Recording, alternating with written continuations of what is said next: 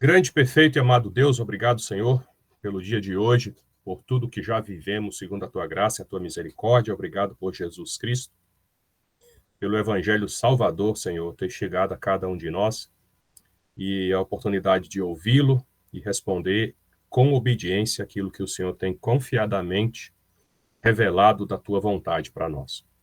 Nos direciona na aula de hoje, queremos aprender cada vez mais a como Te amar, Te obedecer, como amar os nossos irmãos e proclamar as tuas virtudes, a tua graça e o teu caráter também com as nossas vidas. A tudo te entregamos no nome santo de Jesus Cristo. Amém. Ok. Esse primeiro encontro nosso é bom para a gente também configurar os equipamentos, ver como é que funciona. Talvez na próxima eu faça o plugado direto aqui no cabo e a disposição da imagem, melhorar talvez a webcam que tem aqui. Então, hoje a gente vai ter essas dificuldades técnicas, mas a gente vai contornar tudo isso com muito amor e paciência. Eu espero que vocês consigam aproveitar. A proposta que me deram de estar com vocês aprendendo juntos ao longo dessas terças-feiras era trazer alguma coisa que pudesse acrescentar para a fé de cada um de vocês. Então, eu vou compartilhar alguns conteúdos que me ajudaram de alguma forma na minha caminhada cristã e tem me ajudado. E pensando nesse assunto de evidências cristãs, eu queria ir direto para evidências da crucificação e evidências da ressurreição, mas eu achei por bem dar um passo atrás e talvez falar um pouco de maneira mais abrangente do que quer dizer tudo isso. Então, inicialmente, eu quero dizer que o cristianismo, ou a fé em Jesus Cristo, ou a fé no Evangelho, ela tem uma natureza objetiva. E apesar de lidarmos com a fé, e é algo tão abstrato, a fé, mesmo que nas Escrituras a fé não seja uma coisa abstrata, mas seja algo prático, fé nas Escrituras é obediência. Fé não é uma crença intelectual de alguma filosofia ou entendimento intelectual de alguma filosofia. A fé nas Escrituras é algo prático, é algo que deve ser vivido. Fé, no contexto bíblico, é uma resposta ativa a algo que se conhece da vontade de Deus. Um exemplo claro disso é o pai da fé, Abraão, que vai responder a ordem de Deus, em que ele tinha que sair da sua casa, da sua parentela, ir para uma terra onde que Deus mostraria. Ele se levantou e foi. Então, fé é explicitada nessa atitude, nessa ação que nós vemos desde Abraão e de maneira ainda mais profunda, mais real, na pessoa de Jesus Cristo, que foi obediente e obediente até a morte e morte de cruz por cada um de nós. Então, revela uma natureza objetiva. Então, tem um propósito, a fé tem um propósito, se espera alguma coisa, mas também tem uma espécie de razão ou de entendimento. Nós não somos chamados a acreditar sem ter um entendimento. Na verdade, tudo deve ser feito com entendimento, em espírito e em verdade. Nós não devemos cantar louvores a Deus, por exemplo, sem entendimento. Nós não devemos tomar a ceia do Senhor sem entendimento. Então, talvez o objetivo, pensando nesses encontros, seria compreender que a fé cristã se apoia também em fatos históricos. Não só em fatos históricos, mas a fé cristã se apoia no testemunho de pessoas.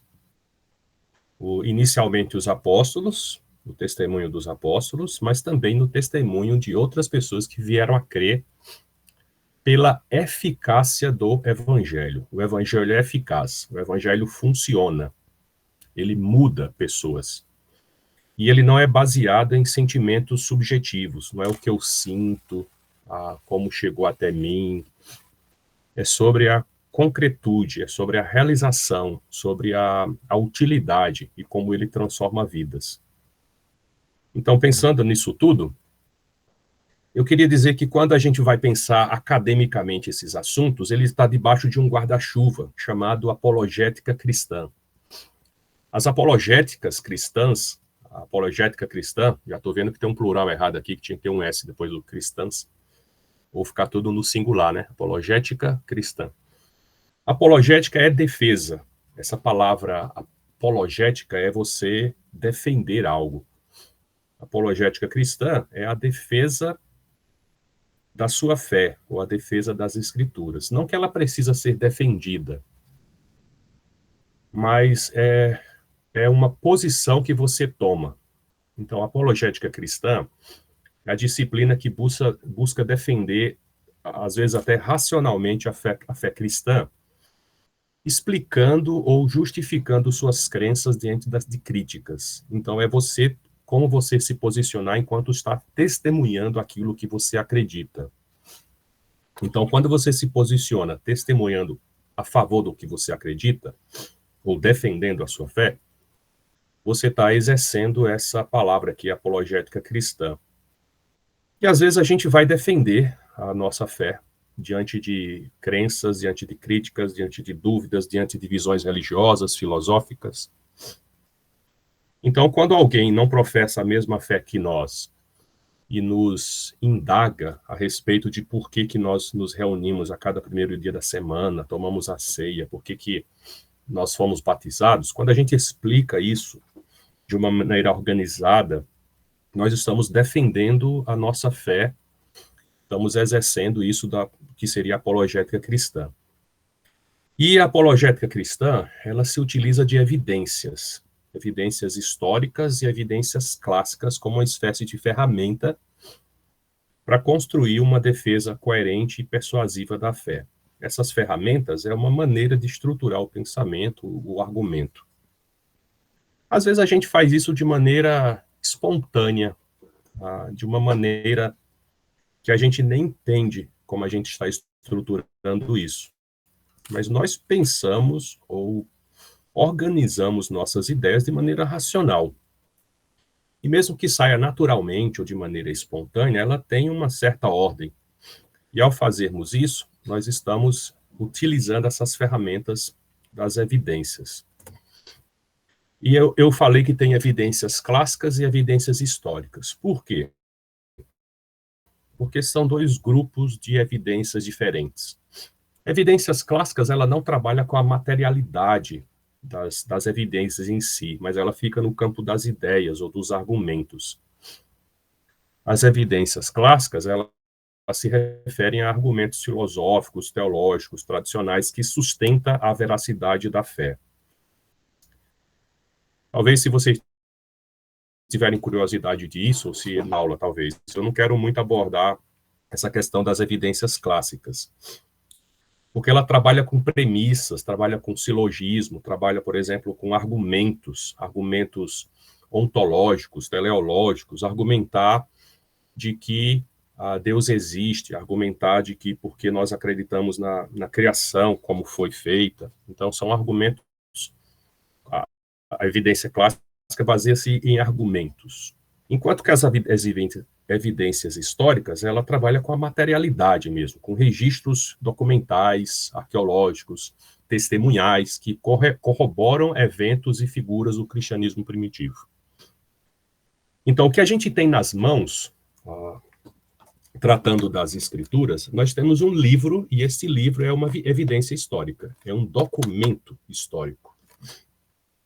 Nós temos na mão um documento histórico que tem muitos aparatos que nós podemos usar para defender a nossa fé. Ele é um documento testemunhal, a obra testemunhal, que aponta realmente para Jesus Cristo e para tudo que ele fez.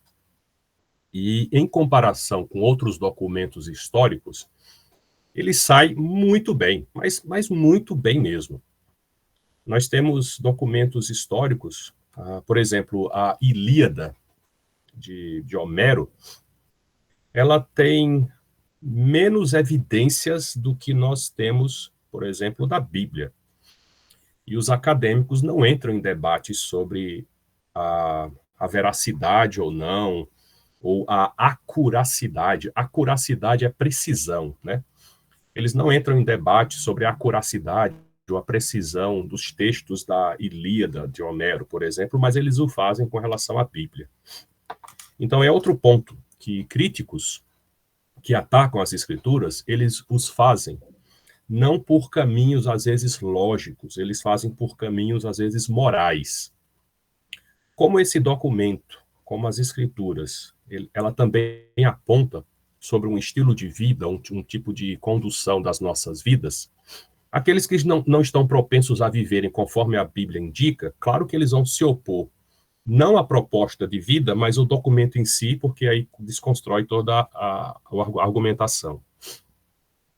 Então, pensando em evidências clássicas e históricas, elas são essas ferramentas da apologética. E a apologética é esse guarda-chuva intelectual sobre o qual as evidências são organizadas e apresentadas. Ela não apenas coleta provas, mas também interpreta, articula, comunica essas provas de formas estratégicas para fortalecer a fé e, às vezes, dialogar com o mundo, como a gente vai conversar com o mundo de maneira geral. Pensando nesses temas, a gente vai se ater a evidências históricas. E mesmo sobre evidências históricas, eu não vou conseguir falar sobre todo o conteúdo, porque isso envolve arqueologia, envolve bibliologia bíblica, envolveria como a Bíblia chegou até nós, como foi formado o cânon, por que alguns livros são canônicos e outros não, por que alguns livros a gente considera como inspirados ou não. A gente não vai entrar nessa discussão, mas a gente vai preparar terreno para chegar no ponto onde eu quero para falar sobre Jesus Cristo, sobre a pessoa de Jesus Cristo, em especial a sua vida, a sua morte e ressurreição. A sua morte, sepultamento e ressurreição é a base do Evangelho. O Evangelho se apoia no fato de que Jesus morreu por nós, segundo as Escrituras, foi sepultado, segundo as Escrituras, e ressuscitou dos mortos, segundo as Escrituras. Então, até citar isso, biblicamente, a gente está se apoiando em evidências de um documento histórico e evidências de profecias. Então, preparando essa aula, eu só estou organizando o terreno para que a gente depois consiga ir direto para esse ponto sobre Jesus Cristo, sobre a sua morte e a sua ressurreição. E aí, talvez seja importante a gente descrever o que sejam evidências, não é? Quem assiste CSI ou qualquer livro, ou qualquer série de investigação criminal, sabe que a matéria-prima de uma investigação são as evidências. E as evidências, elas não provam, não são provas irrefutáveis. As evidências são sinais que, uma vez coletados, juntando um grande número de evidências, elas indicam uma prova ou oferecem uma prova. Então, evidências são sinais, indícios, são pegadas que te direcionam para tomar uma decisão. Elas não são provas irrefutáveis. Uma evidência isolada, sem contexto, ela pode não indicar nada, né? Então, uma evidência boa dentro de um contexto bom pode nos oferecer, sim, bons argumentos para basear a nossa fé, por exemplo. Eu diria até que a nossa fé ela é fruto também de evidências. Os apóstolos fizeram isso, né? Eles escreveram os evangelhos como evidências do seu testemunho, eles foram testemunhas oculares, e estavam oferecendo isso como evidência para aqueles que iam crer. E a gente tem dois tipos de evidência. Nós temos evidências internas e evidências externas. Evidências internas de onde? A evidência interna da Bíblia, como um documento, como um livro histórico. Ele é um documento histórico. E sempre que a gente analisa as evidências dentro da própria Bíblia, desse livro histórico, desse documento histórico, até porque a Bíblia são vários livros, né? São vários documentos históricos, nós estamos estudando as evidências internas. E aí é aguçar o olhar e ajustar o olhar para entender como é que nós encontramos evidências internas dentro desse documento histórico. As evidências externas são aquelas que estão fora do texto bíblico, por meio da história, por meio da arqueologia, por meio de outras coisas que tratam as evidências para autenticar e evidenciar a própria escritura. Até aqui tudo bem? Me dá um feedback aí. Só alegria.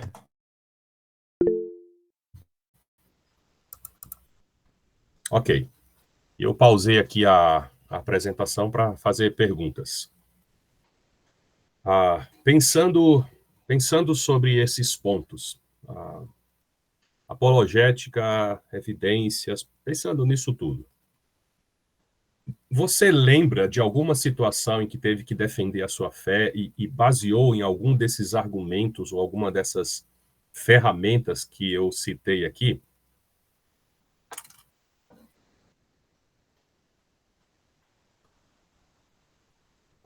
Ou lembra de ter lido algum livro, ter visto algum documentário que faz luz a isso que a gente está conversando agora?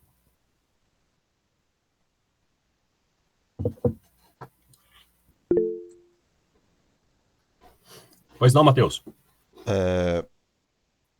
Eu, em questões, tipo, por exemplo, defender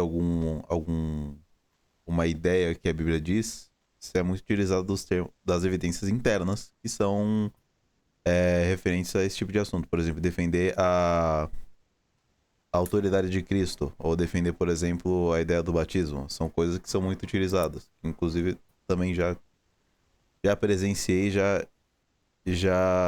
me utilizei. E evidências externas também. Questões de evidências históricas, por exemplo, para defender sobre a existência de Jesus, por exemplo. Que é um fato inegável que Jesus de fato existiu. Então, Perfeito. já vivenciei sobre isso. Isso mesmo. E eu tenho certeza que todos que estão participando já se usufruíram ou já usaram dessas ferramentas e talvez precisa só fazer a ligação.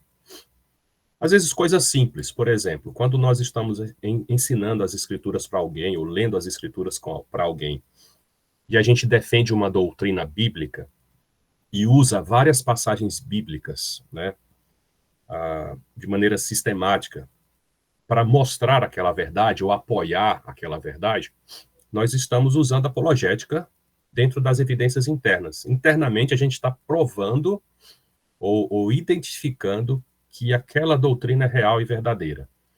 O contrário é válido, por exemplo, quando a gente diz por que é que nós hoje, cristãos, não somos obrigados a nos circuncidarmos. Aí a gente vai nas escrituras para mostrar isso. A gente está usando uma evidência interna desse argumento. E quando a gente vai provar a nossa fé para alguém que não crê nas escrituras, por exemplo, a gente está fazendo o mesmo. Né? Por que eu creio no que eu creio? E isso a gente faz naturalmente. A gente ouve uma aula, uma pregação embutida naquela estrutura de apresentar, tem defesa da fé. A gente está defendendo a fé usando evidências internas e externas. Guilherme. Eu ia falar justamente isso, Ranieri. Quando nós estamos na tentativa de falar para alguém sobre as escrituras, em alguma questão ali de doutrina, né, nós usamos muito a questão interna da Bíblia mesmo para mostrar a realidade do que a Escritura nos mostra. Então, acho que é esse método, principalmente para aquelas pessoas que ainda não conhecem o verdadeiro Evangelho, é muito utilizado, é muito útil, né? Se bem que eu consigo encaixar bem tanto a interna quanto a externa se juntando para fazer um argumento ainda mais forte. Perfeito, muito bom. Fala, Daniel, tudo bom? Fala, Ranieri, boa noite, tudo bem? Eu sou um leitor um pouco assíduo, eu sou meio maluco por livros, né? E uma das grandes bênçãos que meu avô me deixou foi um material teológico, assim, de peso. E um dos meus livros favoritos de evidências intra e extras bíblicas é Introduction to the New Testament, do Everett F. Harrison.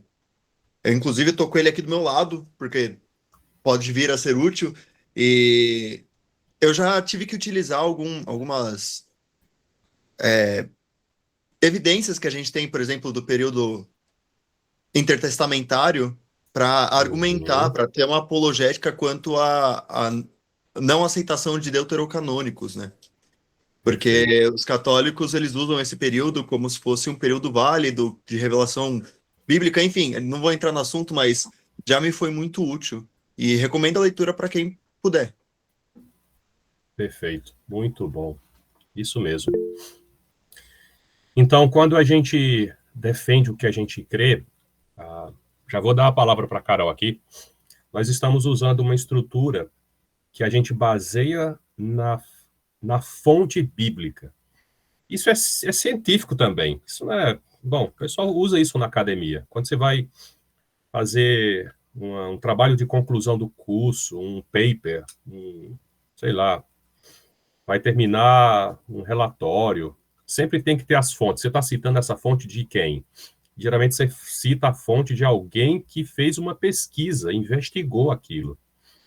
João fez isso. João investigou. Lucas investigou acuradamente antes de mandar os seus escritos para Teófilo. Então, nós cremos no que cremos baseado em evidências. É algo real e concreto. Pois não, Carol? Eu ia falar, assim, também sigo um pouco mais a linha dos meninos, né, justamente de ter essas evidências históricas, tanto internas quanto externas, mas acho que também é uma coisa que eu acabo usando muito por conta, principalmente dos meus amigos, o meio que eu vivo, assim, na escola, né, seriam mais evidências clássicas, né? Então alguns argumentos filosóficos que dá para usar, ou também aí junta com evidências internas, né, da Bíblia, aí dá para você explicar o ponto do porquê tal filósofo ou sociólogo está errado, enfim. Uhum. Exatamente. Exatamente. Talvez a gente possa falar disso em outra aula, se vocês acharem interessante. Talvez mostrar algum desses argumentos. O Wagner levantou a mão. Não sei se é o Wagner ou o Yuri. É o Wagner. Aê! Então aí. Eu me lembro que eu pude usar uma vez o livro de Daniel. O livro de Daniel é um bom livro que você pode usar as duas coisas, tanto a interna quanto a externa. Porque tem um contexto bíblico, né, das profecias de Daniel, e você pode confirmar na história, né? E fica muito fácil, né, de você mostrar as duas coisas juntas.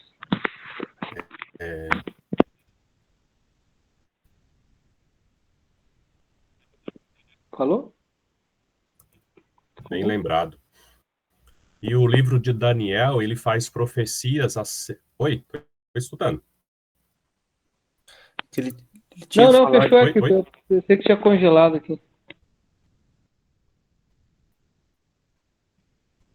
Isso, perfeito. E é interessante que o livro de Daniel faz profecia acerca de reinos, que ele está 700, 1000 anos antes, e até o nome dos reis ele acerta em todas, né?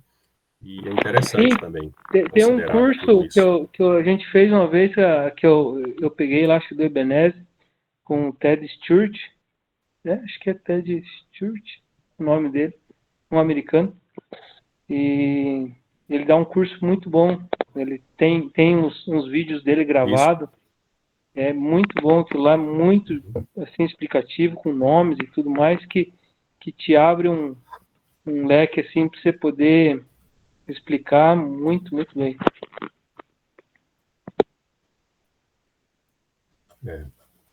Perfeito. Vamos seguir. Deixa eu ver se tem mais mãos levantadas aqui. Acho que não, né?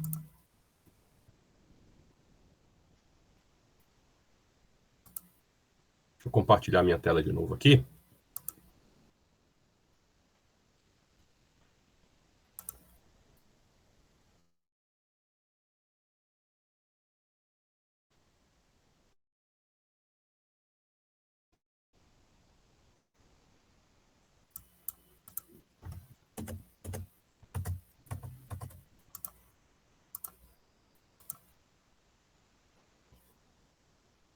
Ok, vou só esperar aqui o delay, até vocês dizerem se já estão vendo aqui a projeção do slide.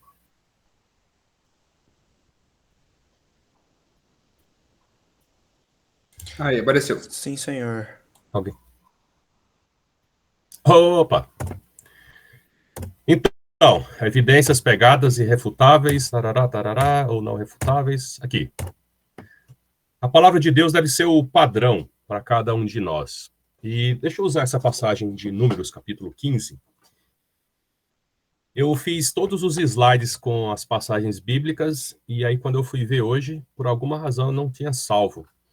E aí perdi todos os slides com as passagens bíblicas já projetadas aqui na tela. Então vou precisar um pouco de paciência para a gente abrir as escrituras e ler. Números capítulo 15, a partir do versículo 37, diz o seguinte: O Senhor disse a Moisés: Diga o seguinte aos israelitas: Façam borlas nas extremidades das suas roupas e ponham um cordão azul em cada uma delas. Faça isso por todas as suas gerações. Quando virem essas borlas, vocês se lembrarão de todos os mandamentos do Senhor para que lhes obedeçam, e não se prostituam, nem sigam as inclinações do seu coração e dos seus olhos. Assim vocês se lembrarão de obedecer a todos os meus mandamentos. E para o seu Deus, vocês serão um povo consagrado. Eu sou o Senhor, o seu Deus, que os trouxe do Egito para ser o Deus de vocês. Eu sou o Senhor, o seu Deus. Olha que interessante.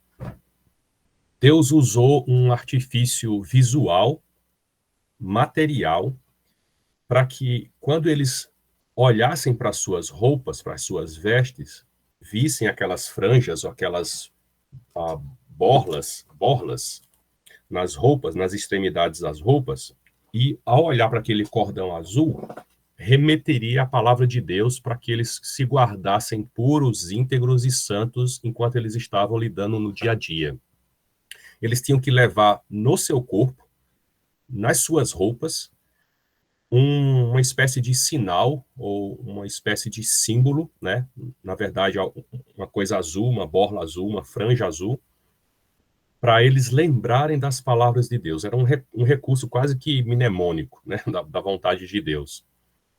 E então a palavra de Deus para nós é esse padrão, e de alguma forma a gente tem que vesti-la ou tomar ela como uma parte de cada um de nós, que nos acompanha todos os dias e nos faz lembrar do que Deus quer de cada um de nós. Pensando nesse estudo, nos leva o seguinte entendimento: o coração humano não é a fonte de fatos confiáveis. A gente não dá para confiar no nosso próprio coração, no nosso próprio entendimento. O nosso entendimento, a nossa mente, o nosso coração, ela não é um bom guia, ela não é uma boa bússola para nos guiar. Na verdade, a gente sabe disso porque nós nos desviamos do caminho de Deus quando nós deixamos de ouvir e seguir a vontade de Deus e passamos a ouvir a nossa própria voz. Passamos para confiar no nosso próprio coração, no nosso próprio entendimento. Então, quando a gente está baseando as nossas vidas na palavra, e nós estamos recorrendo a ela por meio de todas essas ferramentas que a gente já falou, é porque a gente quer garantir que a nossa vida, a condução da nossa vida, seja correta e acertada. Então, o coração humano não é uma fonte de fatos confiáveis.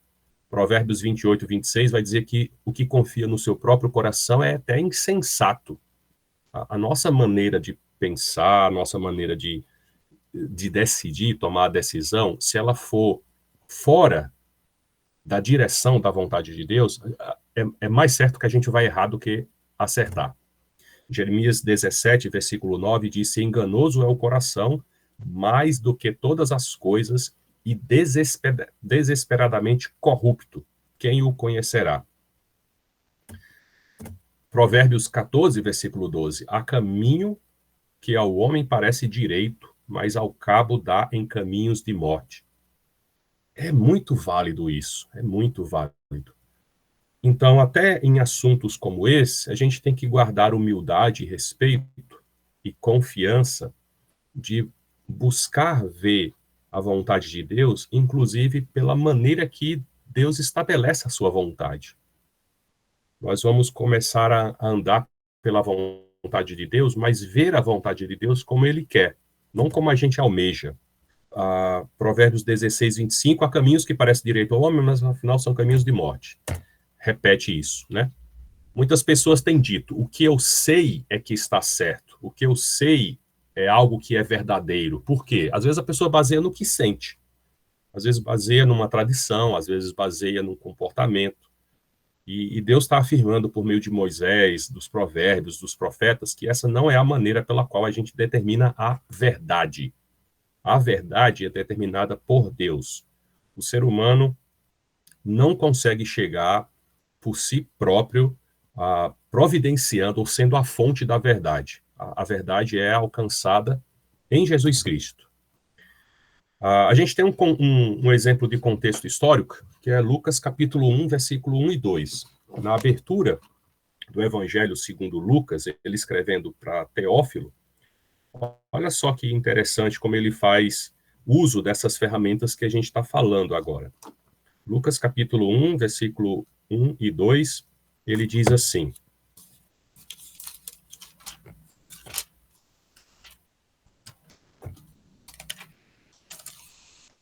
muitos, eu estou lendo na NVI aqui, né? Muitos já se dedicaram a elaborar um relato dos fatos que se cumpriram entre nós. Ok, a gente já tem uma estrutura apologética aqui, baseada em evidências. Ele diz, muitos já se dedicaram.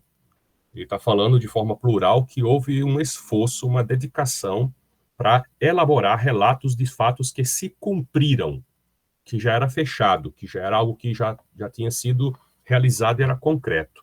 E se cumpriram entre nós, ou seja, houveram testemunhas oculares. Houveram pessoas que testemunharam fisicamente tudo aquilo que Lucas vai se propor a escrever agora, e dessa forma inspirada por Deus.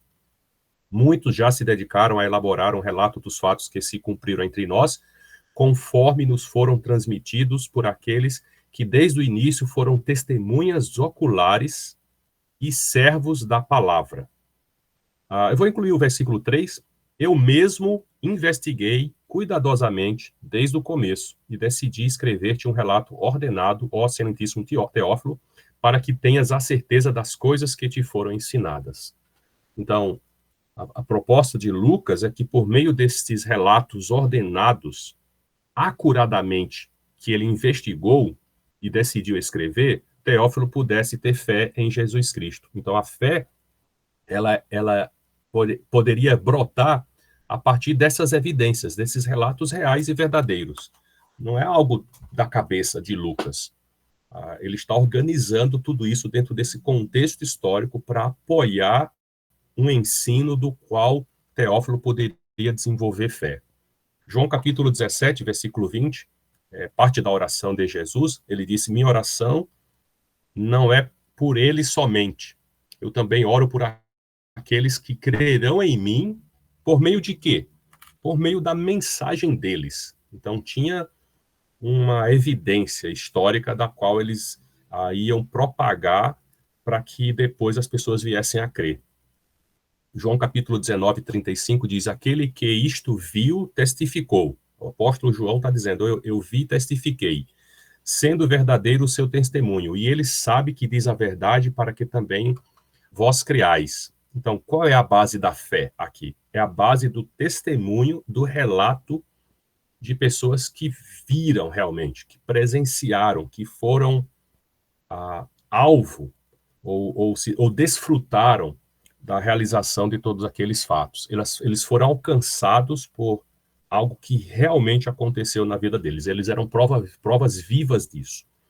E a gente sabe que é real porque estes homens e mulheres morreram guardando essa fé, ou morreram guardando esse testemunho. Não abriram mão desse testemunho nem diante da morte. João capítulo 20, versículo 24 a 29. É bem emblemático essa passagem também. Sei que vocês conhecem ela. João capítulo 20, versículo 24, diz assim,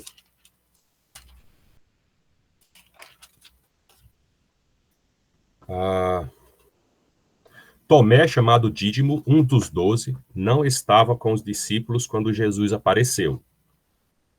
Os outros discípulos lhe disseram: vimos o Senhor. Mas ele lhes disse: se eu não vi as marcas dos pregos nas suas mãos, não colocar o meu dedo onde estavam os pregos e não puser a minha mão no seu lado, não crerei. Uma semana mais tarde, os seus discípulos estavam outra vez ali e Tomé com eles. Apesar de estarem trancadas as portas, Jesus entrou, pôs-se no meio deles e disse: Pai, seja com vocês. E Jesus disse a Tomé: coloque o seu dedo aqui, veja as minhas mãos. Estenda a mão e coloque-a no meu lado. Pare de duvidar e creia. Disse-lhe Tomé: Senhor meu e Deus meu. Então Jesus lhe disse: porque me viu, você creu? Felizes os que não viram e crerão. É algo emblemático, né? Porque Jesus dá provas para Tomé de que ele realmente estava ressurreto, ele estava vivo. E eu, quando leio essa passagem, eu não vejo Jesus censurando de maneira dura a Tomé. Eu vejo ele de maneira amorosa e misericordiosa, oferecendo para Tomé uma evidência da qual a sua fé carecia naquele momento. E eu não vejo ele dizendo para ele, desfazendo dele, dizendo porque você viu, você creu, mas ele está dizendo que isso é bom, isso é correto, mas mais louvável ainda serão aqueles que vão crer pelo testemunho de Tomé, não por terem colocado a mão em Jesus, mas basearem a sua fé nessas evidências históricas da qual estes apóstolos serão testemunhas, né?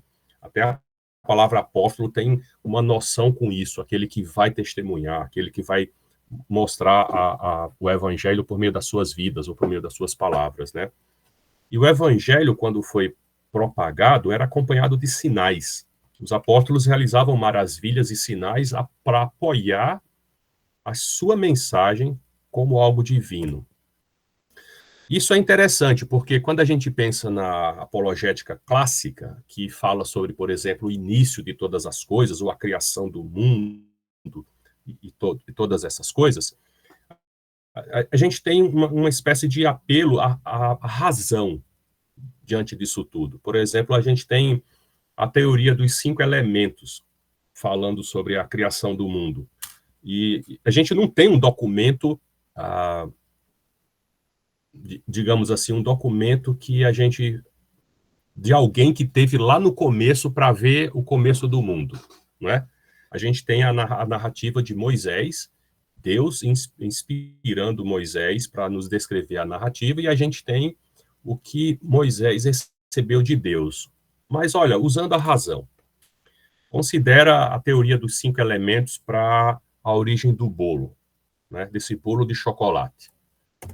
A primeira teoria: uma pessoa que sabe fazer bolo de chocolate fez esse bolo de chocolate. Pegou os ingredientes, organizou tudo, ele sabe fazer o bolo de chocolate, fez o mise en place, organizou os ingredientes, o açúcar, a farinha, o ovo, o leite, bateu tudo isso, colocou numa ordem específica, colocou numa forma, aqueceu, enfim, o cara fez o bolo de chocolate.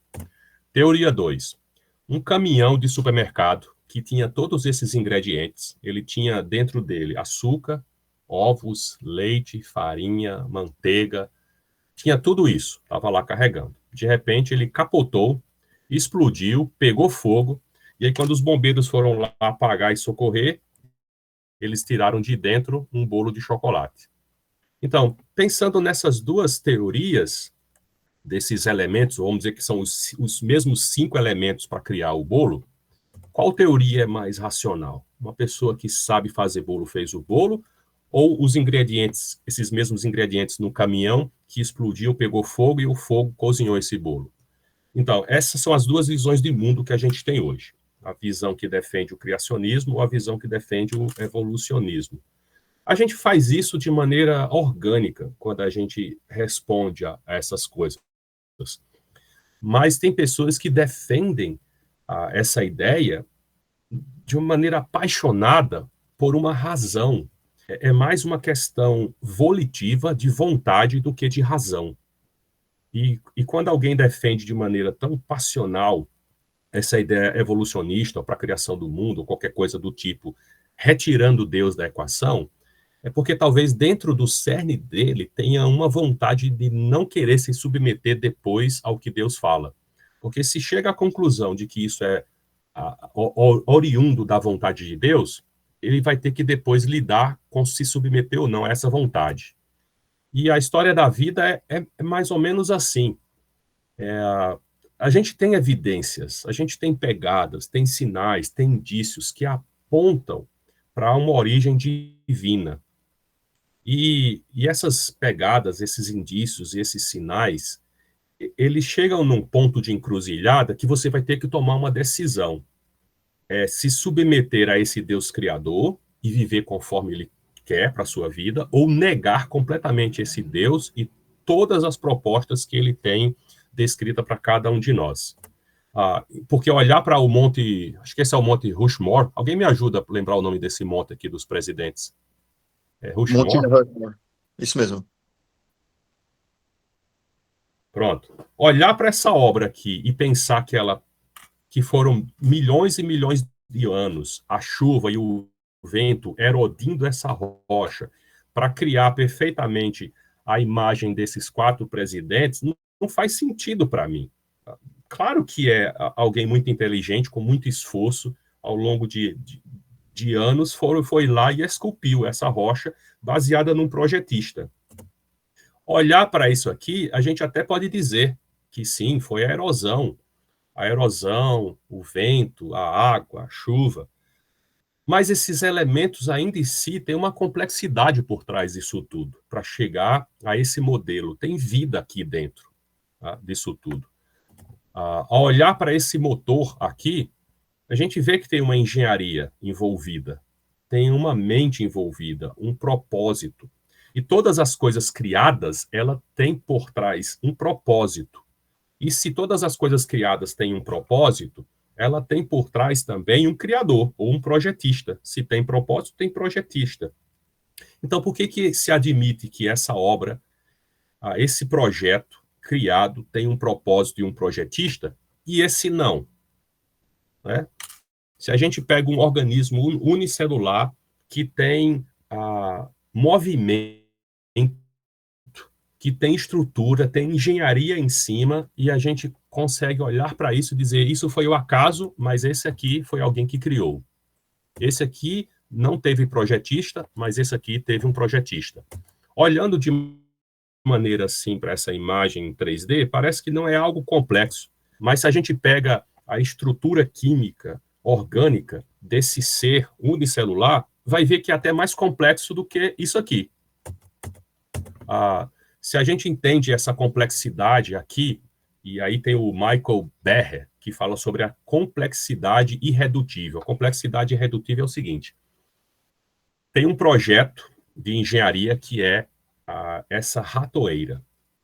Essa ratoeira é muito simples. Ela é baseada numa base de madeira, uma mola com um gancho de metal que aprende, e do outro lado ele pôs um queijo. A ideia é de que não se dá para reduzir mais do que foi feito esse objeto aqui. Se você tirar esse gancho, ele não funciona. Se você tirar a base de madeira, não funciona. Se você tirar a mola, não funciona.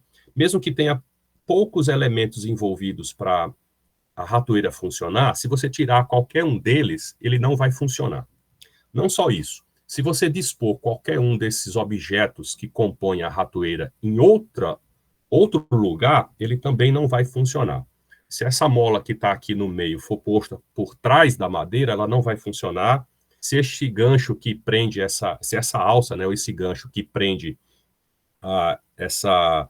eu não sei como é que é o nome dessa parte que vai bater no rato, se você põe ela em outro lado também não vai funcionar.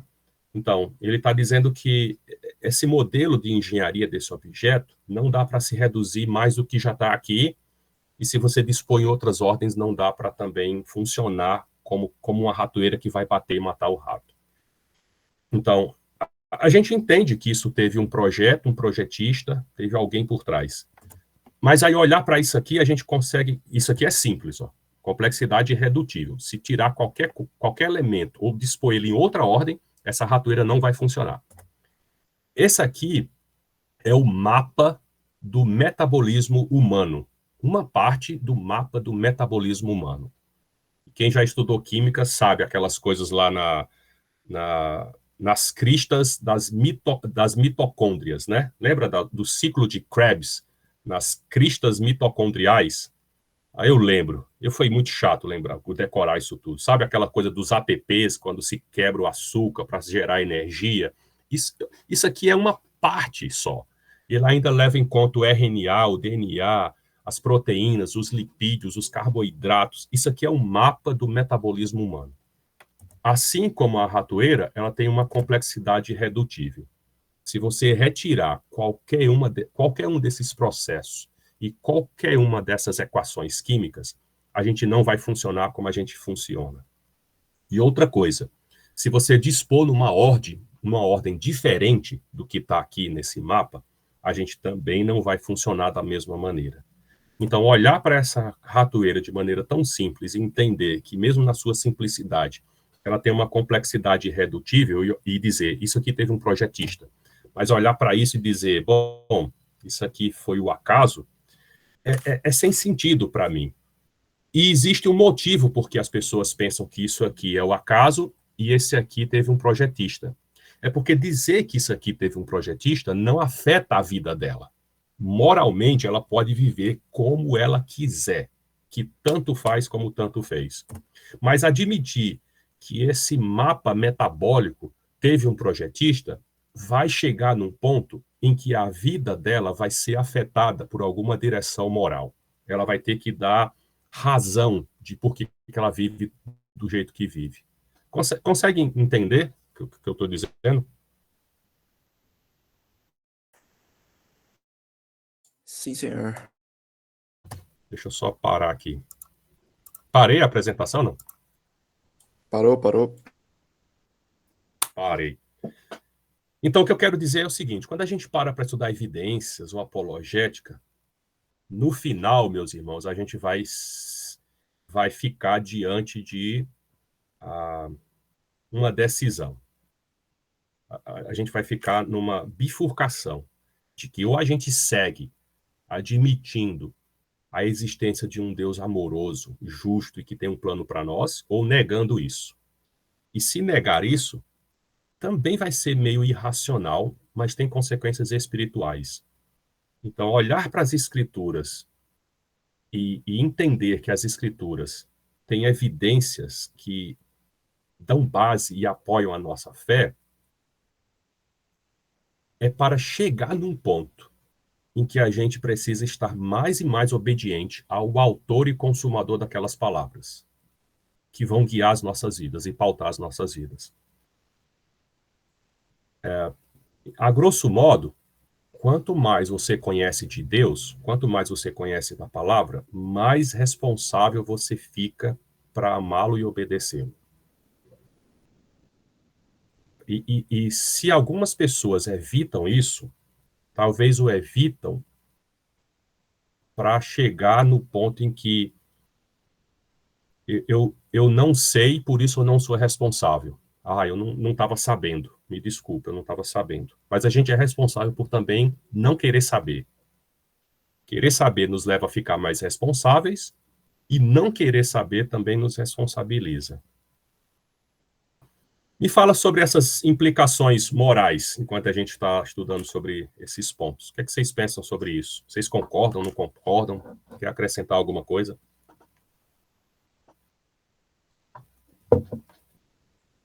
Ô, Ranieri, é quase inacreditável, né, essa argumentação que existe sobre o mundo ser algo acidental e tudo mais, evolutivo, porque eu penso exatamente isso, é tão lógico crer que há um criador sobre todas essas coisas, tendo em vista principalmente a precisão de tudo, né, como tudo funciona numa precisão exata.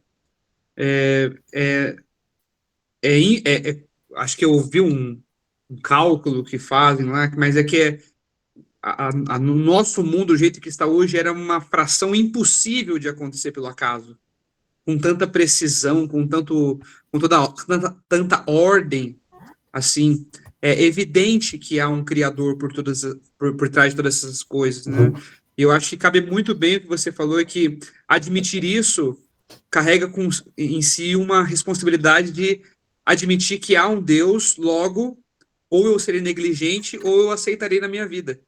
Então, para a maioria das pessoas que está no pecado e quer continuar no pecado, aceitar esse pensamento que não há um Criador acaba sendo mais cômodo, acaba sendo mais confortável ao seu enganoso coração. É. E eu lido com essas questões há muito tempo. Eu lembro que na escola, enquanto estava no ensino médio, professores de história, professores de química, professores que se diziam ateus ou agnósticos, batiam muito forte contra quem tinha alguma fé. E eu lidei de maneira mais pesada com isso na universidade. Estava na Universidade Federal, e alguns professores de ciência política, filosofia, quase que estava chegando ao ponto de dizer que era burrice você ter fé em Deus, que era um atentado à razão. E algumas pessoas ficam em dúvidas, do tipo assim, poxa, será que é isso mesmo? Será que é burrice? Será que é falta de razão acreditar em Deus? Mas o que não é falado é o que está por trás desses argumentos ou desses ataques. Eles têm um propósito, eles têm uma direção, eles querem levar a um ponto tudo isso. E o ponto é defender uma ideia, defender um estilo de vida. E ao invés de atacar o estilo de vida dos cristãos, é muito mais eficaz atacar o Deus dos cristãos e desconstruir todas essas outras coisas. E isso é uma militância, é realmente uma militância. Então, nós vivemos uma fé objetiva, baseada em evidências da qual a gente apoia a nossa fé. E não é irracional. A gente tem uma razão por que a gente acredita. E a gente tem testemunho de por que a gente acredita. Eu vou só compartilhar de novo aqui um slide, para vocês verem que isso tem fundamento.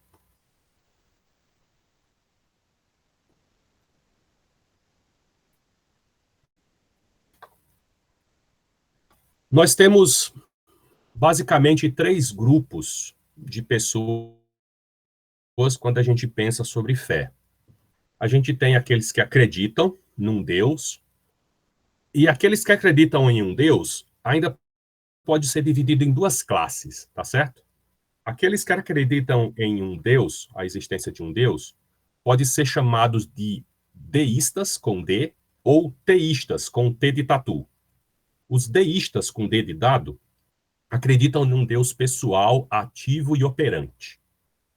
Os que acreditam num Deus, os chamados teístas, com T de tatu, eles acreditam na existência de um Deus, mas num Deus que colocou corda no mundo e foi-se embora.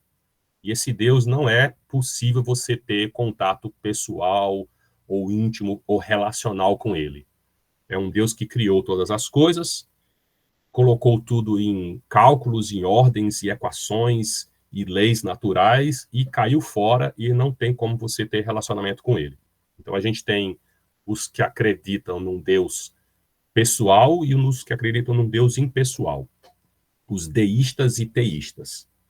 A gente tem os em cima do muro, são chamados de agnósticos. Agnósticos, da desinência de não conhecimento, não conseguir conhecer, é aqueles que têm dúvidas sobre se Deus existe ou não. Então, por não saber ou não ter certeza se Deus existe ou não, eles acabam não acreditando. Então, são os agnósticos. Eles não têm certeza ou têm dúvidas sobre a existência de um ser superior. E a gente tem os ateus, que eles têm certeza que Deus não existe. Eles negam a forma da existência de Deus. Eu diria que nós temos muito mais agnósticos do que ateus. Só que os ateus são mais barulhentos do que os agnósticos. É muito raro você encontrar alguém que tem certeza que Deus não existe. É mais comum você encontrar alguém que tem dúvidas ou não tem certeza. Entre os ateus, há um grupo que, segundo a estimativa, está na faixa de 3%, que são ateus militantes. Eles lutam, eles têm uma maneira organizada de defender a sua visão e tentar convencer outros da sua visão. O objetivo dessas pessoas é conclamar os que não possuem fé religiosa a assumir um ateísmo e atrair alguns crentes para o seu lado. Eu achei engraçado essa charge aqui do lado, porque a gente vê duas pessoas batendo na porta de um cara entregando um panfleto. Aí ele diz, esse Eu acho panfleto que está essa em tela branco. está sendo Aí ele vai dizer, nós compartilhada, somos Ranieri. ateus. Ranieri, eu acho que essa tela não está compartilhada com a gente. É, eu também não tô vendo, não. Ih, rapaz, tem que ter fé para ver. Eu também que estava aqui só imaginando. Na verdade, eu acabei de receber.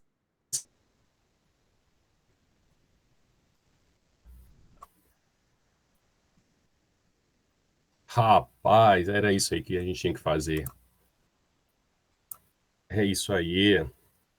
Então, aquilo que eu tinha falado para vocês, que no espectro, pensando sobre crença, a gente tem de um lado os que acreditam em Deus, no meio os agnósticos e na outra ponta os ateus.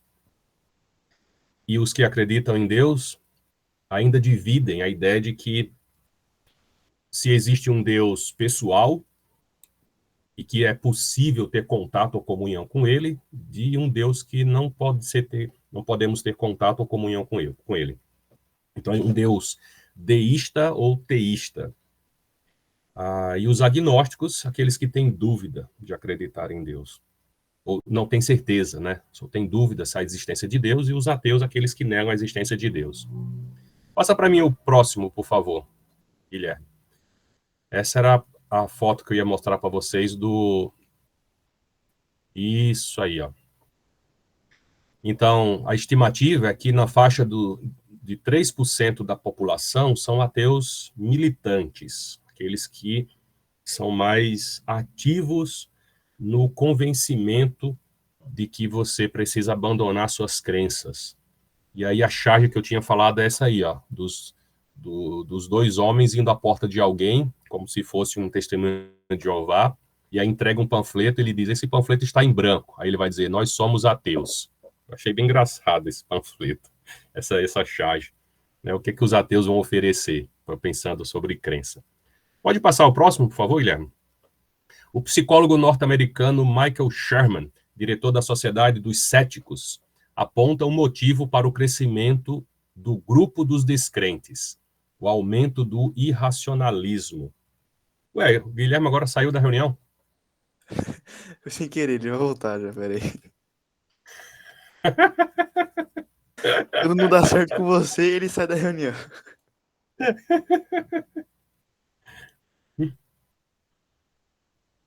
Estão de marcação comigo hoje aqui. Não, ele falou que ele está na ditadura, então é militante, está mostrando. Ah lá, voltou, não vai falar mais. Desculpe, caiu aqui sem Aí. Isso. Diretor da Sociedade dos Céticos. O motivo aponta para o aumento do irracionalismo. Por quê? Porque a razão, ela está envolvida na fé, com certeza, né? Com certeza está envolvida na nossa fé, na nossa crença. Próximo slide. Os sem religião. A pesquisa mostra que cada vez mais as pessoas acreditam em astrologia, experiência extrasensorial, bruxaria, alienígena, disco voador. Já notaram isso? Que não faz sentido a pessoa dizer que não acredita em Deus, mas acreditar em gnomos, por exemplo, ou acreditar em vida alienígena vindo aqui, ou bruxaria, ou dizer qual é o seu signo.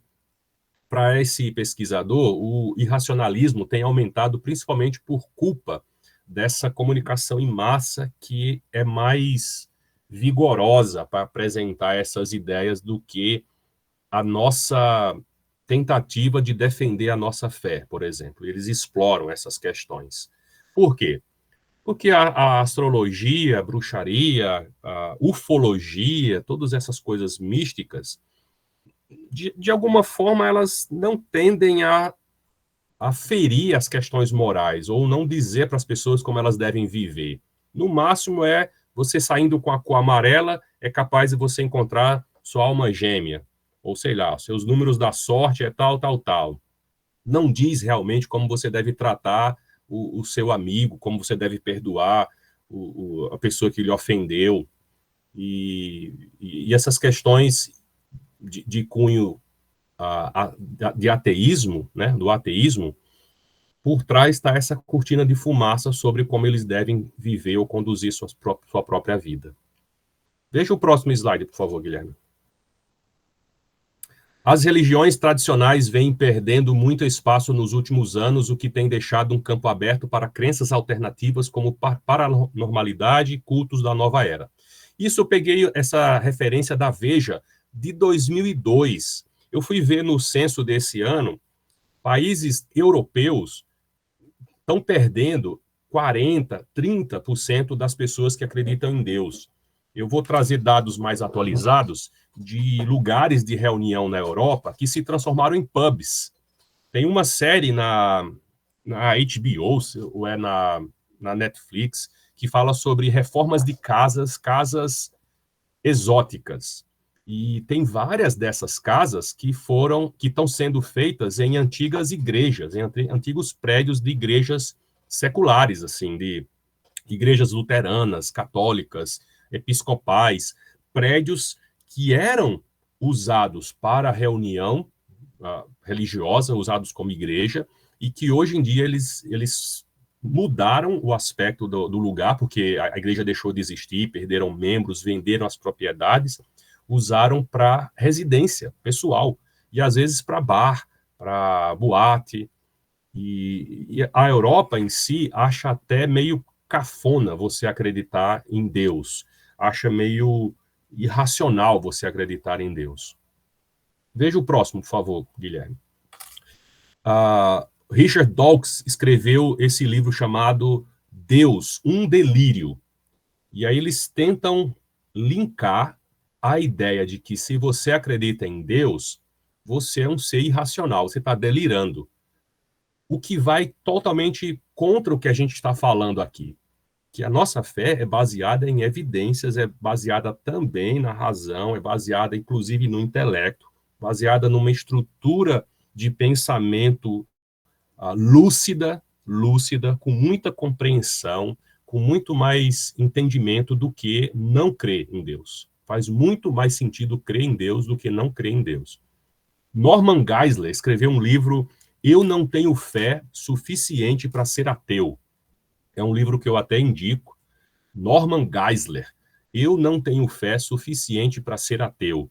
Esse livro tem esse título curioso, porque é exatamente isso. Parece que você decidir não crer em Deus faz de você precisar ter mais fé do que aquele que crê em Deus. Porque quem crê em Deus também tem ao seu lado evidências, tem testemunhos, tem comprovações. E quem não crê em Deus é baseada nessas coisas idealistas ou filosofias. Não crer ou negar a existência de um Deus criador, parece que a pessoa precisa ter muito mais fé. Faz sentido para você o que eu estou dizendo? Sim. Sim, senhor.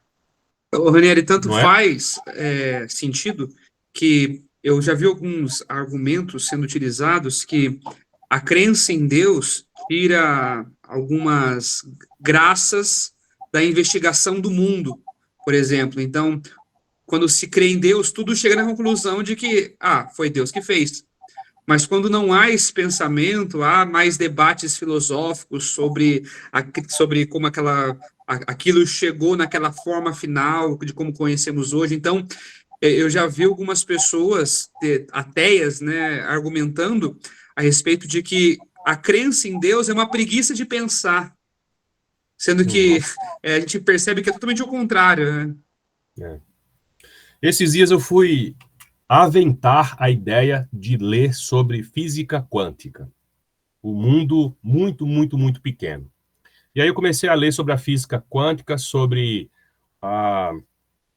as leis das partículas subatômicas, e aí fui lendo, e as teorias de corda, e as teorias dos buracos de minhoca, espaço-tempo, mundos paralelos, e vai longe, vai longe. Até que eu cheguei num ponto que era o cara analisando aquele filme Gravidade, que é todo baseado nessa coisa da física quântica, de alguém que entrou num buraco negro e de repente ele chegou num ponto em que ele consegue manipular o tempo e o espaço baseado na gravidade.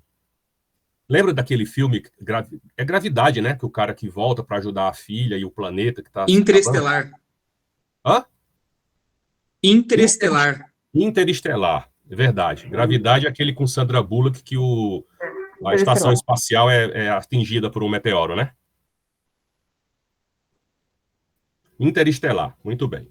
E aí, a premissa do Interestelar é que ele chegou naquele lugar quântico em que ele pode manipular o tempo e o espaço baseado na gravidade, porque a gravidade pode romper todas as realidades, né? Todas as dimensões. E aí o cara estava explicando que aquele lugar onde ele está é baseado numa coisa chamada Tesseractum. Tesseractum é uma teoria de como se fosse um equipamento, algo desenvolvido, um Tesseractum, em que você pode controlar e manipular isso. E aí, quem foi que criou o Tesseractum? Por que o Tesseractum estava lá? O Tesseractum está lá porque uma civilização muito, muito, muito, muito avançada criou isso e colocou lá. Extraterrestre. Eu digo, bom, e quem criou essa civilização muito, muito, muito avançada que está lá? Aí o problema vai afundando. O problema vai ficando pior. Então, acreditar nisso tem que ter muito mais fé do que acreditar num Deus. Resolve muito mais fácil acreditar num Deus criador de todas as coisas do que ir se aprofundando nessas teorias e baseado nessas ideias, né? E a luz disso tudo está sobre o fato de que as pessoas não querem se comprometer com esse Deus criador, porque de alguma forma vão precisar dar respostas a como eles estão vivendo a sua vida moral. Pode ver o próximo, por favor? Então, esse é o Delírio de Dawkins, uma resposta ao fundamentalismo ateísta de Richard Dawkins, é o livro que fala contra essa ideia de Deus um delírio. Pode ver o próximo? Eu queria que você avançasse bem, tem algumas matérias antigas da Super Interessante. Aqui, essa aqui, ó. Pronto. Isso aqui foi em Londres. Sim, Daniel. Acredito, não sei se você vai abordar sobre isso, mas uma linha de pensamento que a gente pode levar quando a gente fala da ciência, acredito que você tenha visto isso na física quântica, é o pensamento reducionista. Então, por exemplo, eu vou pegar uma estrela, como que uma estrela funciona? Uhum. A estrela funciona por meio de fissão nuclear, de fusão nuclear, onde os átomos... Dá para você ir reduzindo a um ponto onde não há mais explicação. E a única explicação plausível é a existência de um design inteligente, de um designer inteligente, que a única conclusão que temos é que é Deus. Agora, pensar o contrário é ir contra a própria lógica da ciência. Falar que não existe um Deus, através do pensamento reducionista, só mostra que você está indo contra a própria ciência. E que as coisas vão ficando mais complexas e mais difíceis de explicar a cada momento. Não faz sentido, né? Não faz sentido. Você já tinha escutado essa coisa do Tesseractum? Já. Pois é. Obrigado pelo comentário, muito, muito pertinente. E pensar dessa maneira resolve muitas coisas quando a gente argumenta com pessoas que querem debater com a gente, né? Muito mais fácil. E de maneira amorosa a gente pode sugerir esse caminho. Nos ônibus em Londres, aqueles ônibus de 2 andares em Londres, essa equipe de ateus militantes pagaram uma propaganda. E a propaganda que eles pagaram foi essa aqui, ó. Provavelmente não há nenhum Deus.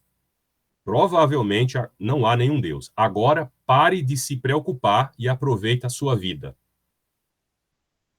Para mim, define muito esse cartaz e essa propaganda paga pelos ateus. Porque a ideia da premissa é o seguinte: se provavelmente não há nenhum Deus, ele está sugerindo que você pode viver conforme você quer. Você tem que aproveitar a sua vida conforme você quer. Por quê? Porque não tem nenhuma direção balizadora, não tem nenhuma lei, não tem nada que estipule como você deve viver. Tudo é certo, não há lei nenhuma. Tudo é correto, tudo é justo, não tem certo e errado nessa ideia. Então, Negar a existência de Deus para eles é chegar no fim de dizer: eu posso viver a minha vida como eu quiser, sem responsabilidade nenhuma, porque isso não vai impactar na minha vida. Para mim, é mais para aplacar uma consciência que acusa do que para resolver o problema em si. Guilherme, você pode ver um pouquinho mais à frente, Os? Pode ver mais. Pode ver mais. Aqui. Sobe esse aqui de cima. Olha só a influência dessa cosmovisão, de tentar entender o mundo sem a presença de Deus. Olha como essas ideias têm consequência. Olha como essa ideia da não existência de Deus vai chegar num ponto em que influencia na vida das pessoas. Isso aqui é uma matéria da revista Galileu, e o título da matéria é Por que seu namorado sempre, olha só, sempre vai olhar disfarçado ao passar por uma mulher atraente? A ideia da matéria é a seguinte: por que é que os homens são infiéis, são moralmente corruptos, por que é que eles olham para outras mulheres enquanto está com a sua companheira? E eles vão dizer nessa matéria porque é uma questão de genética. Olha só. Pode passar um pouquinho, não sei se tem o relato dessa matéria. Aqui, ó. Seu namorado tem essa péssima mania de olhar disfarçado quando passa por uma mulher atraente? Culpe a seleção natural, como quase tudo que tem relação com o comportamento sexual masculino e feminino. Então, ele tirou do âmbito moral e está colocando no âmbito biológico. E se é uma coisa biológica, é uma coisa aprovada, esperada, e você não precisa se preocupar com isso. Seu namorado vai ser infiel, porque a seleção natural fez isso, e ele tem razões pela qual ele vai ser infiel. Isso é uma loucura, pensar isso. Assim, para mim, desvenda e tira a máscara do que eles querem implantar no final das contas. Não é só dizer que não tem Deus, é chegar ao ponto de por que eles vão querer usar essa ideia de não ter Deus. Pode ir um pouquinho mais para baixo, por favor? Pode ir mais. Ele fala sobre preconceito, ele fala sobre... Aqui, ó. Uma matéria antiga da Super Interessante, mas que depois eles deram seguimento nessa ideia.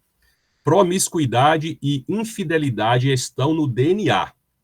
E aí, 3 pesquisadores dos Estados Unidos estão tentando basear essa ideia, não só de alcoolismo, vício em jogos, a pessoa gostar ou não de filmes de terror, as ideias liberais ou não, mas está querendo colar a ideia de que a infidelidade, a promiscuidade está no seu código genético e que você é propenso para viver essa situação danosa para o relacionamento. Pois é. Então, não considerar a existência de Deus é um argumento que eles usam para chegar num ponto em que eles querem viver como eles querem, nessa ideia. Guilherme, dá uma avançada mais para frente. Eu queria ver as capas de matéria. Pode ir.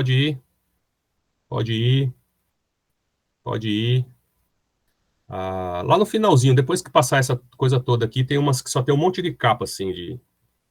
Aqui, volta lá. Antigamente, a Super Interessante vendia pouco, e eles começaram a ver que tem um nicho de mercado que era vender revistas com temas sensacionalistas baseados em religião. E hoje em dia não tem mais essa revista em papel, claro, mas essas mesmas matérias aparecem replicadas hoje como posts no Instagram, ou como vídeos do TikTok, ou tantos outros blogs ou sites, ou coisa desse tipo. Mas antigamente eles diziam que as coisas ligadas ao cristianismo eram militância, não era militância, era como é que você fala quando alguém é muito religioso? Fanático, era fanatismo.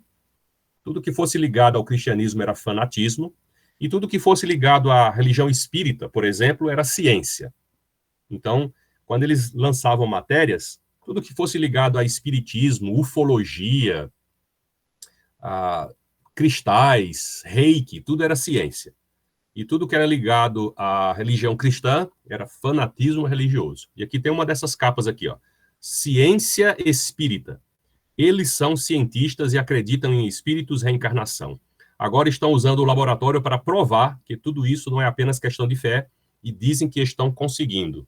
Uma dessas matérias sensacionalistas, mas por trás dela está uma base de pensamento, de ideia da qual eles estão querendo defender e descolar a ideia de que o cristianismo tem alguma coisa a ver com ciência, não é? A ideia que eles querem vincular é que o cristianismo é fanatismo e as outras religiões, as outras crenças, pode ser ligada à ciência. Pode ir para frente, por favor? A Bíblia que você nunca leu, tentando desacreditar as escrituras. Pode ir para essa frente. Chico Xavier sempre colocado como uma investigação e Deus sempre colocado como algo de descrença. Pode ir. Desacreditando milagres. Jesus, a verdade por trás do mito, então vinculando Jesus como um mito, a indústria de Jesus, os anos ocultos de Jesus, baseado em livros apócrifos, os evangelhos proibidos, também baseado em evangelhos apócrifos. Isso aqui é só um apanhado de algumas coisas em que eu estou demonstrando que quando eles vão tratar de algo da nossa fé, eles tentam ou desacreditar, ou tentam vincular isso a uma ideia que não é baseada em razão ou em ciência. E tudo que ele vai tentar demonstrar que é contra a vontade de Deus, aí sim eles baseiam como algo racional ou alguma coisa de ciência, nesse sentido. Pode ir para o próximo, por favor? Ok, essa tela aqui. Ó. Ok. Essa matéria foi de um cara na África que pegou alguns itens do ferro velho e construiu o seu próprio avião. Ele pegou um motor, pegou um resto de asa e ele mesmo montou o seu próprio avião. A minha pergunta é, você viajaria nesse avião? Seja sincero. Mas nem que me pagasse, rapaz. Não parece seguro para você? Nadinha. Pneu tá furado. Gente ali, como é que eu vou viajar no pneu furado? Ele vai encher o pneu. Aquele pneu não está furado, está só um pouco seco, está um murcho. O que é que essa imagem ilustra? Que na nossa vida a gente lida com evidências para basear aquilo que a gente crê, confia ou não. Quando a gente toma um avião da Latam, da Gol, sei lá, da Azul, às vezes você nem vê a cara do comandante. Você só escuta a voz dele, né? Dizendo, atenção, senhores passageiros, nós vamos voar para tal lugar, a estimativa é de 2 horas de voo, o clima tá assim, assim, assim. Você às vezes nem vê a cara do cara, mas você confia naquela empresa de que eles tinham um bom programa de treinamento e capacitação e que eles colocaram na mão daquele cara uma aeronave certificada, avaliada, enfim. E que você vai sentar na poltrona e descansar o seu voo, confiando que aquele cara vai pilotar bem, que o avião está bem construído, que ele vai pousar.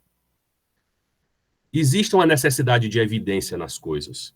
A evidência da verdade, muitas vezes, precede a fé.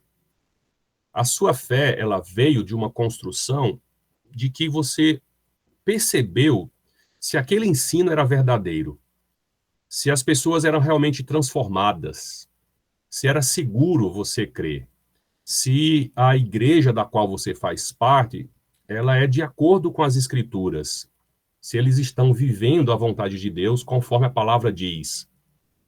Nenhuma pessoa racional, por exemplo, entra em um elevador sem razão para crer que ele vai sustentá-lo. Nesse sentido, as pessoas lidam com 2 dimensões da fé. E essas 2 dimensões da fé é a fé em alguma coisa e a fé que uma coisa.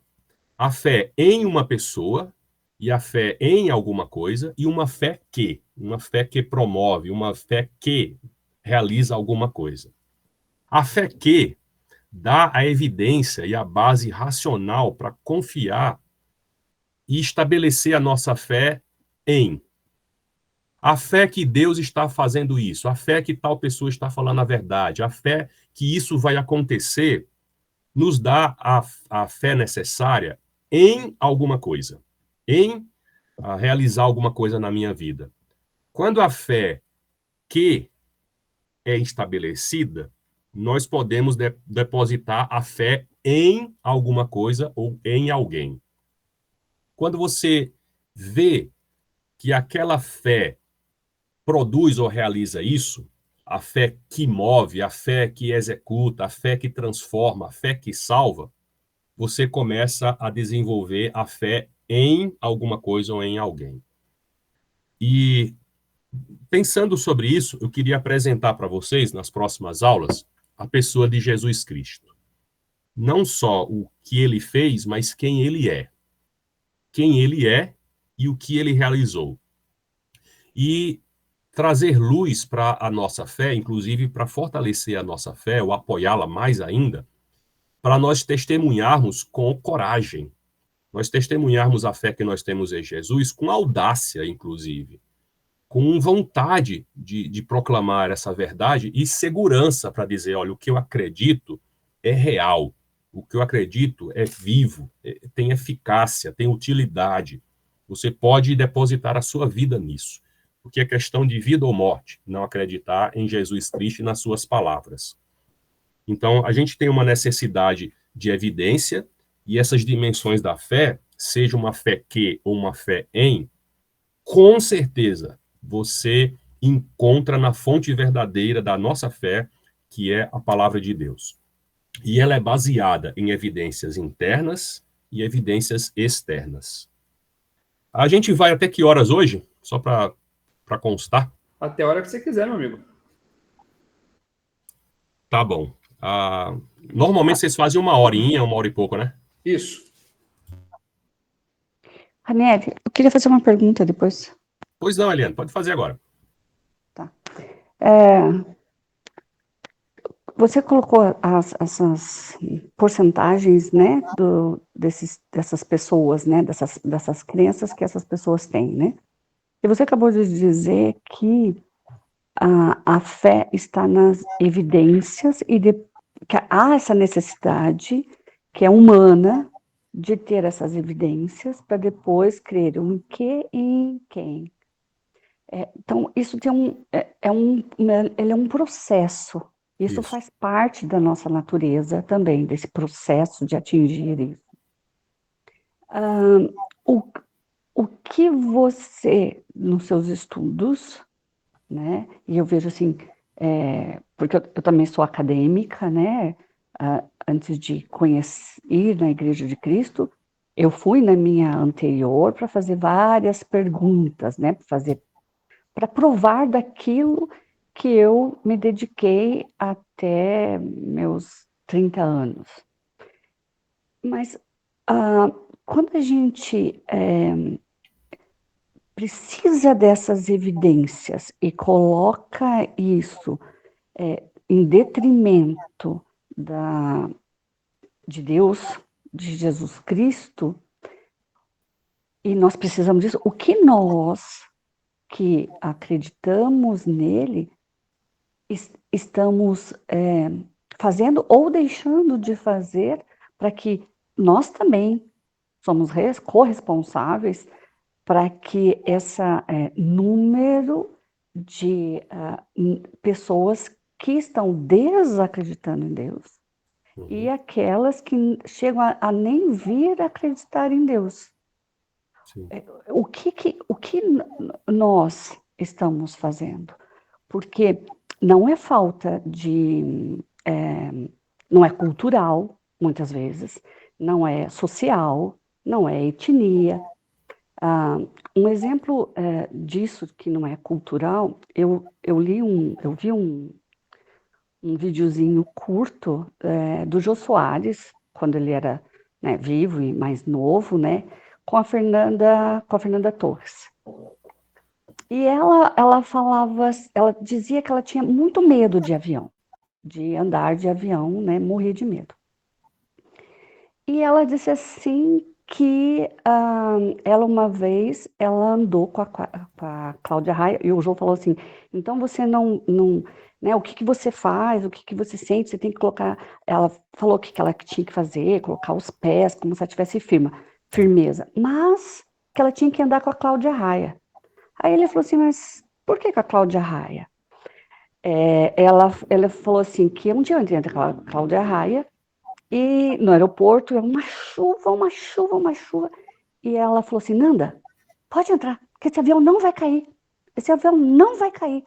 Ela falou assim, mas por que você tem certeza? Não, porque eu fui numa cartomante e a cartomante disse que eu não ia morrer com queda de avião. Isso deu um suspiro para ela.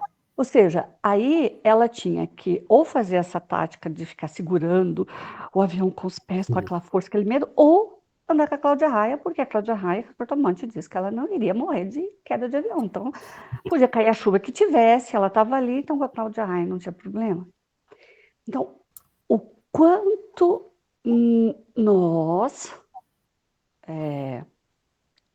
como indivíduo, como cristão, não estou colocando nem nós como uma sociedade cristã, somos corresponsáveis para que essa estatística de haja mais descrente ou não venham a ter um crer num Deus vivo, soberano.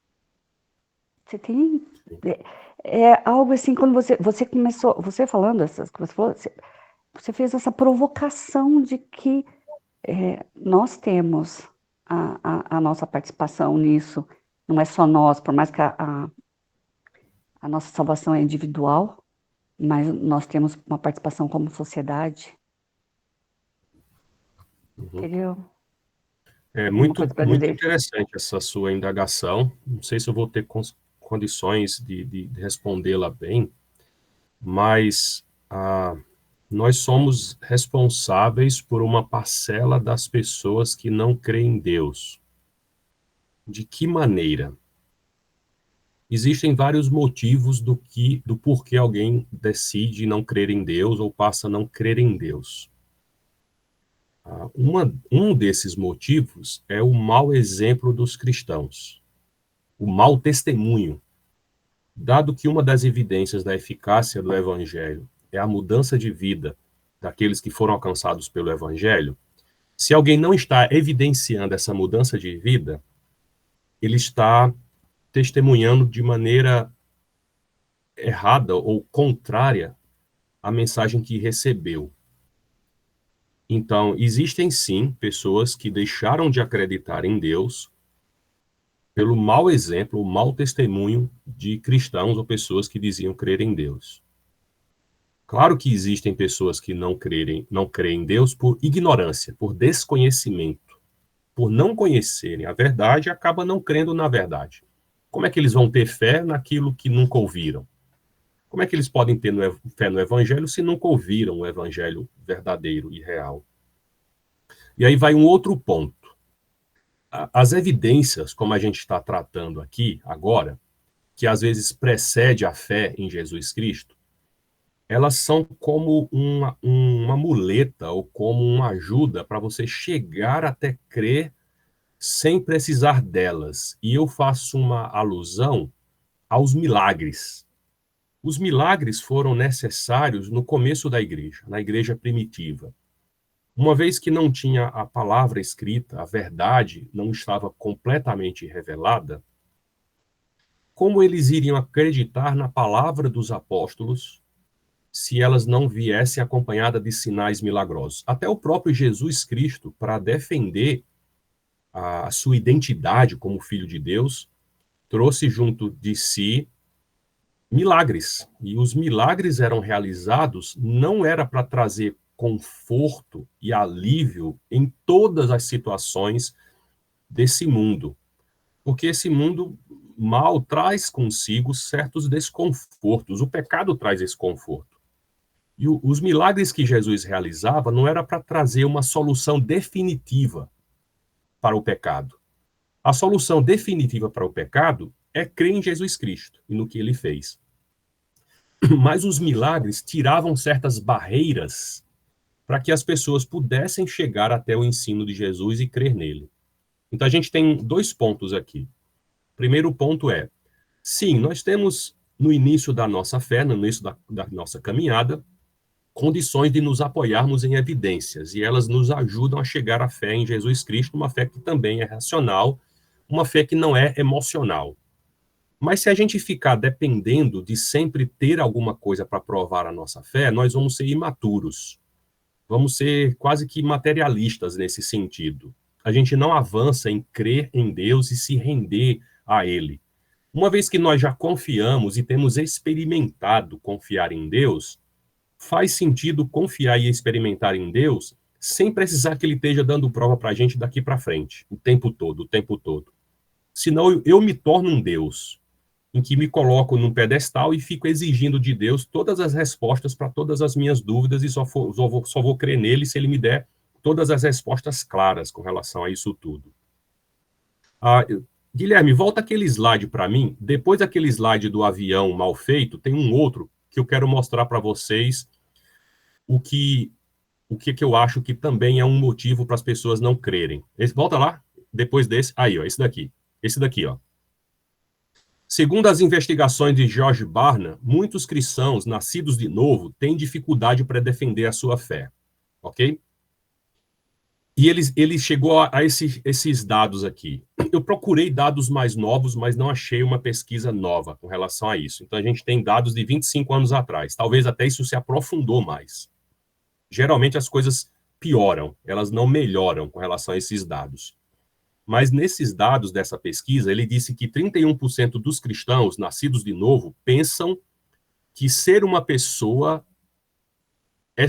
quando uma pessoa é suficientemente boa, ela pode ganhar um lugar no céu. Então a gente tem quase que um terço dos cristãos acreditando na autossuficiência dos seus atos para a salvação. Se eles forem boas, se fizerem coisas boas, ele é salvo ou não.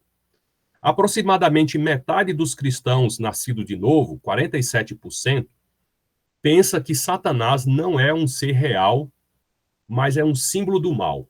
Isso nos Estados Unidos. Alguns, quase que a metade, não considera mais Satanás como uma pessoa, uma figura real do mal. 24% dos cristãos pensam que quando Jesus viveu na Terra, ele pecou, tal como as demais pessoas.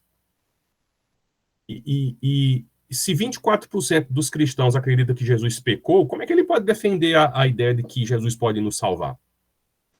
O outro, aproximadamente um de cada quatro dos cristãos nascidos de novo creem que não importa a fé que a pessoa siga, porque todos ensinam o mesmo. Ou seja, a ideia de que todos os caminhos levam a Deus. Ok, vamos tratar essas informações aqui.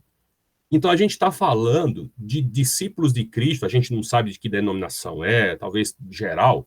A gente está falando de pessoas que proferem a fé em Cristo completamente equivocados com relação ao ensino.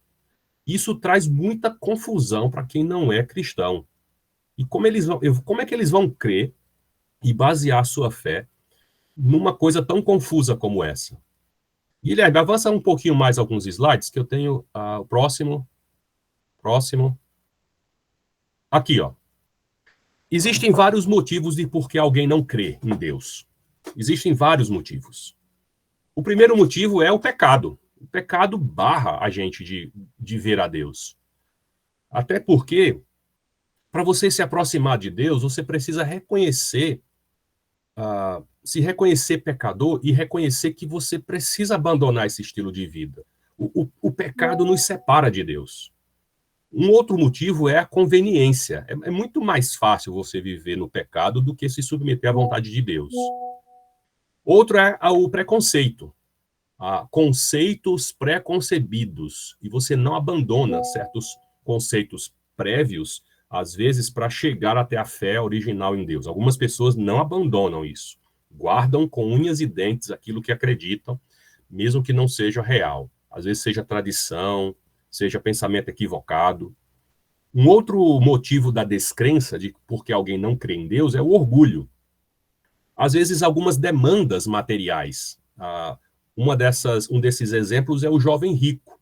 O jovem rico que chegou a ter com Jesus, Jesus o convida para segui-lo, mas antes ele precisava deixar tudo. Então, aquele homem era mais avarento do que propenso a seguir Jesus. Só no sexto ponto é que vem a ignorância. Não conhecer. Mas antes da ignorância, tem todos esses problemas, todas essas barreiras. Às vezes, o racionalismo moderno, o pós-modernismo, que é a fé em nada, ou a verdade líquida. A hipocrisia e pecado na igreja, como divisão, materialismo, falso ensino, mau testemunho.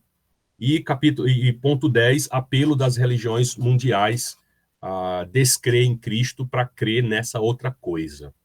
Então, é uma gama muito, muito complexa, em que como os discípulos revelam Cristo influencia em como alguém acredita ou não no Evangelho. Por quê?